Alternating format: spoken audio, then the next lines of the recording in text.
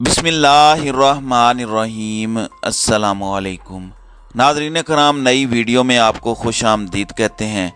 मामलात को ख़राब करने के मंसूबे पर इस वक्त बहुत तेज़ी से अमल दरामद शुरू कर दिया गया है और अब आग पर पेट्रोल छिड़कने का अमल शुरू कर दिया गया है और चीज़ों को न सिर्फ अब स्पीड अप किया जाएगा बल्कि हालात को अब मज़ीद ख़राबी की जानिब ले जाया जाएगा। और अब वज़ीर ख़जाना की गिरफ़्तारी तक बात जा पहुंची है, जबकि नून लीग में फड्डे और एक के बाद एक बयानात मरीम नवाज़ के लिए दर्द सर बनते जा रहे हैं और ऑप्शंस इनके लिए महदूद होते जा रहे हैं। जबकि शहबाज गिल को भी निशाने इबरत बनाने के लिए एक अहम तरीन कदम उठा लिया गया है और अब शहबाज गिल को दोबारा विक्टिमाइज़ किया जाएगा और शहबाज गिल के लिए अब कोई माफ़ी की गुंजाइश नहीं है। ये लग रहा है कि इस निज़ाम में इस तरफ ये मामलात जा रहे हैं। इस वक्त आप मिल के हालात देख लें कि किस तरह से मईशत दिवालियापन की दहलीज पर है, किस तरह से मामलात कितने ख़राब हो चुके हैं।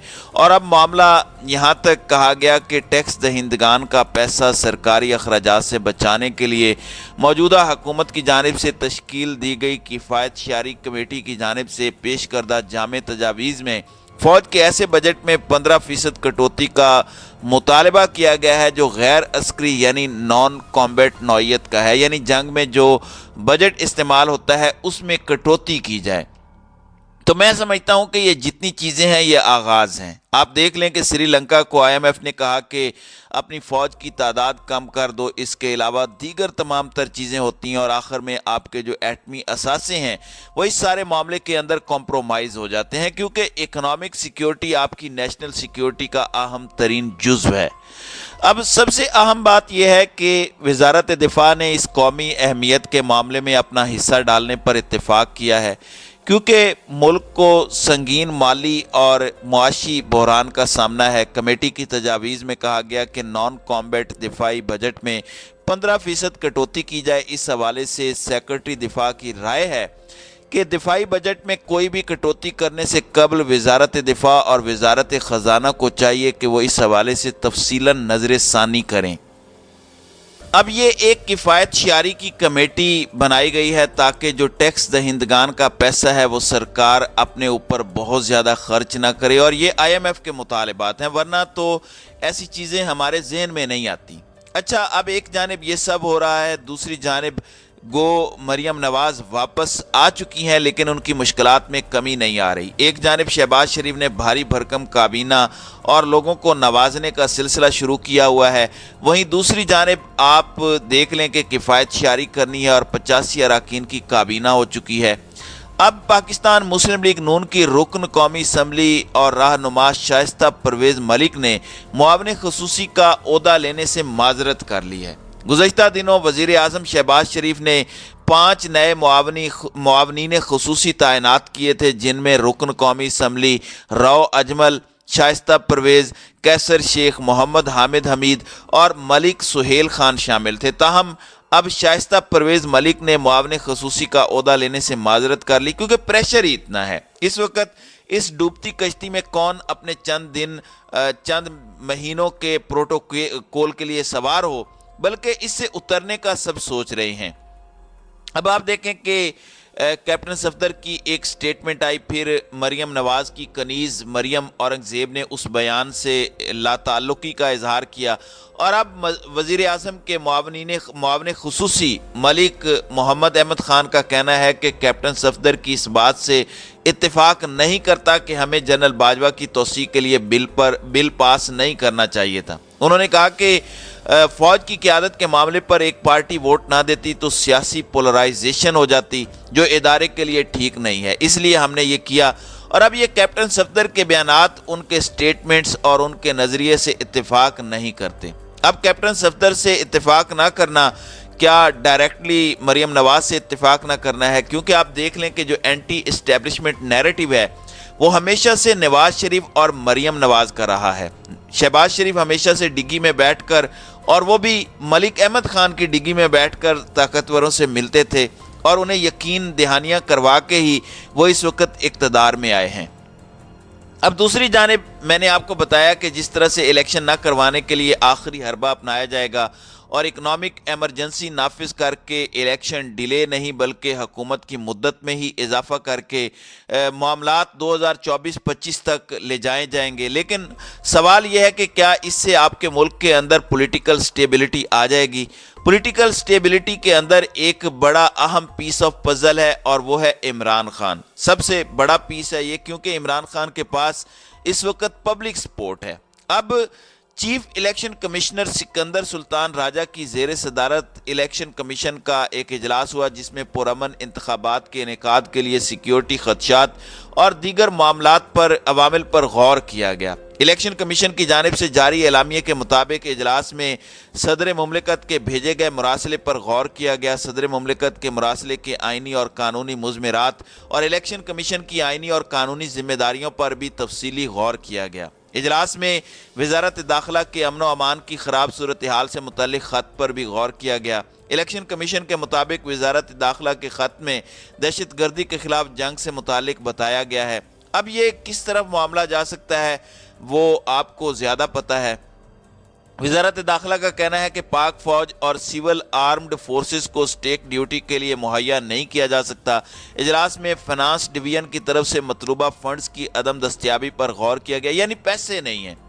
اب اکنامک ایمرجنسی کا بھی تڑکا لگایا جائے گا۔ اعلامیے کے مطابق فنانس ڈویژن نے الیکشن کمیشن سے فنڈز فراہمی کی درخواست کو مؤخر کرنے کا کہا۔ اجلاس میں چیف سیکرٹری اور آئی جی پنجاب کے سیکیورٹی خدشات پر غور کیا گیا۔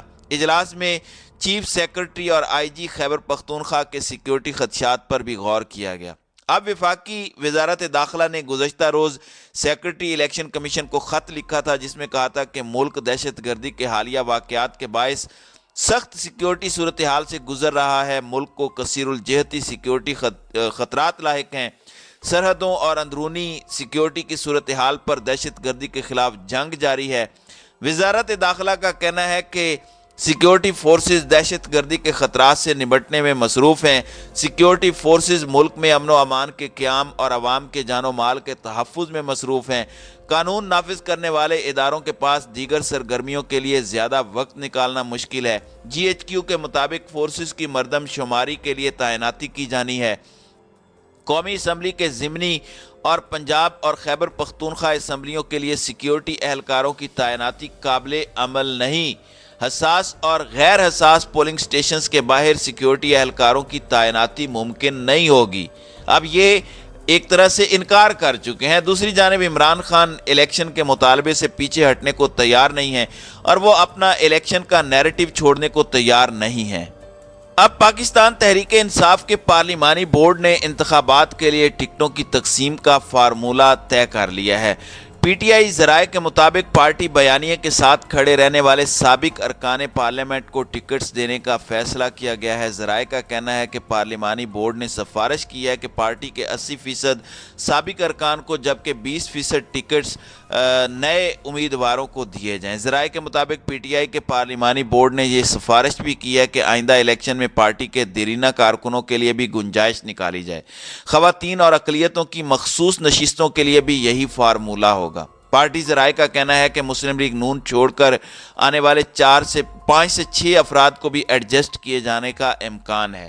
ذرائع کا بتانا ہے کہ پہلے مرحلے میں شمالی پنجاب کے امیدواروں میں پارٹی ٹکٹ تقسیم کیے جائیں گے۔ عمران خان حتمی امیدواروں سے علیحدہ ملاقاتیں کریں گے۔ بورڈ کی سفارشات کی حتمی منظوری پارٹی چیئرمین عمران خان خود دیں گے۔ ناظرین کرام، اب ذرا آ جاتے ہیں پولیٹیکل وکٹمائزیشن پر، اور جو اس وقت ملک کے اندر معاملات چل رہے ہیں اس میں شہباز گل، اسلام آباد کی عدالت نے پی ٹی آئی رہنما شہباز گل کی بریت کا جو کیس ہے، جس میں ان کے اوپر اداروں کے خلاف بغاوت پر اکسانے کا کیس ہے، اس میں انہوں نے کہا یہ ٹھیک ہے کہ انہوں نے غلط کہا یا ٹھیک کہا، یہ ڈیبیٹیبل ہے، لیکن ان کے ساتھ جو ہوا وہ غلط ہوا۔ اب اسلام آباد کی عدالت نے پی ٹی آئی رہنما شہباز گل کی بریت کی درخواست مسترد کر دی ہے۔ اسلام آباد کے ایڈیشنل سیشن جج طاہر عباس سپرا نے شہباز گل کی درخواست مسترد کرتے ہوئے ان پر فرد جرم عائد کرنے کا فیصلہ کیا۔ عدالت نے کہا کہ شہباز گل پر فرد جرم 27 فروری کو عائد کی جائے گی۔ شہباز گل پر اداروں کے سربراہان کے خلاف उकसाने के मुतअद्दिद मुकदमात दर्ज हैं और वो ज़मानत पर रिहा हैं, तो इनका केस अभी ख़त्म नहीं हुआ, तो ये चीज़ वाज़ेह हो चुकी है। अब यहीं पर इमरान खान की टीम का सबसे अहम रुकन अगर किसी को देखा जाए तो वो शौकत तरीन है। शौकत तरीन के हवाले से अभी जावेद चौधरी ने अपने कॉलम में भी बहुत कुछ जनरल बाजवा के बिहाफ पर लिखा। अब वफाकी तहकीकाती इदारे ने पाकिस्तान तहरीक इंसाफ के सेनेटर शौकत तरीन के खिलाफ कानूनी कार्रवाई करने का फैसला किया है। ज़राए के मुताबिक FIA ने शौकत तरीन की पंजाब और खैबर पख्तूनख्वा के वज़राए ख़जाना के साथ गुफ्तगू की लीक ऑडियो पर तहकीकात मुकम्मल कर ली। ज़राए ने मज़ीद कहा कि FIA तहकीकात के बाद शौकत तरीन के खिलाफ कानूनी कार्रवाई शुरू करने का फैसला किया है। ज़राए के मुताबिक FIA ने PTI सेनेटर के खिलाफ कार्रवाई के लिए वजारत दाखिला से इजाज़त मांग ली है।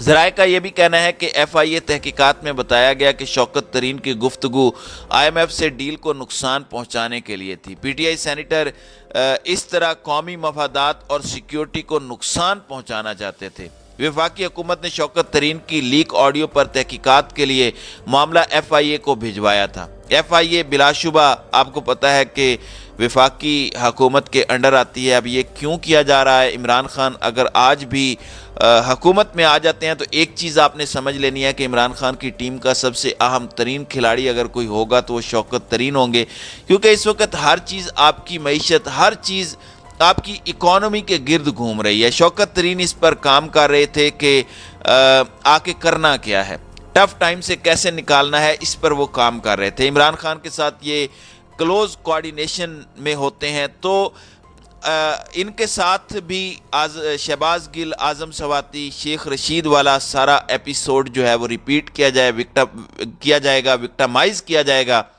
लेकिन एक चीज़ वाज़ेह है कि अगर आज भी खान की गवर्नमेंट आती है तो वज़ीर ख़जाना शौकत तरीन होंगे, और इमरान खान के अपरेंटली उनके सबसे अहम तरीन वज़ीर जो है, उनकी टीम का जो सबसे अहम तरीन इम्पोर्टेंट टेक्निकल हिस्सा है वो शौकत तरीन है। उन पर हाथ डालने का जो है वो फैसला किया गया है।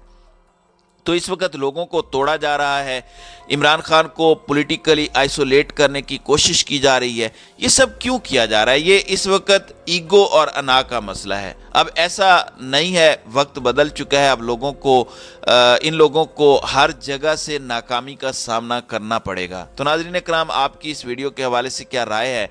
अब अपनी राय का इजहार कमेंट सेक्शन में ज़रूर कीजिएगा।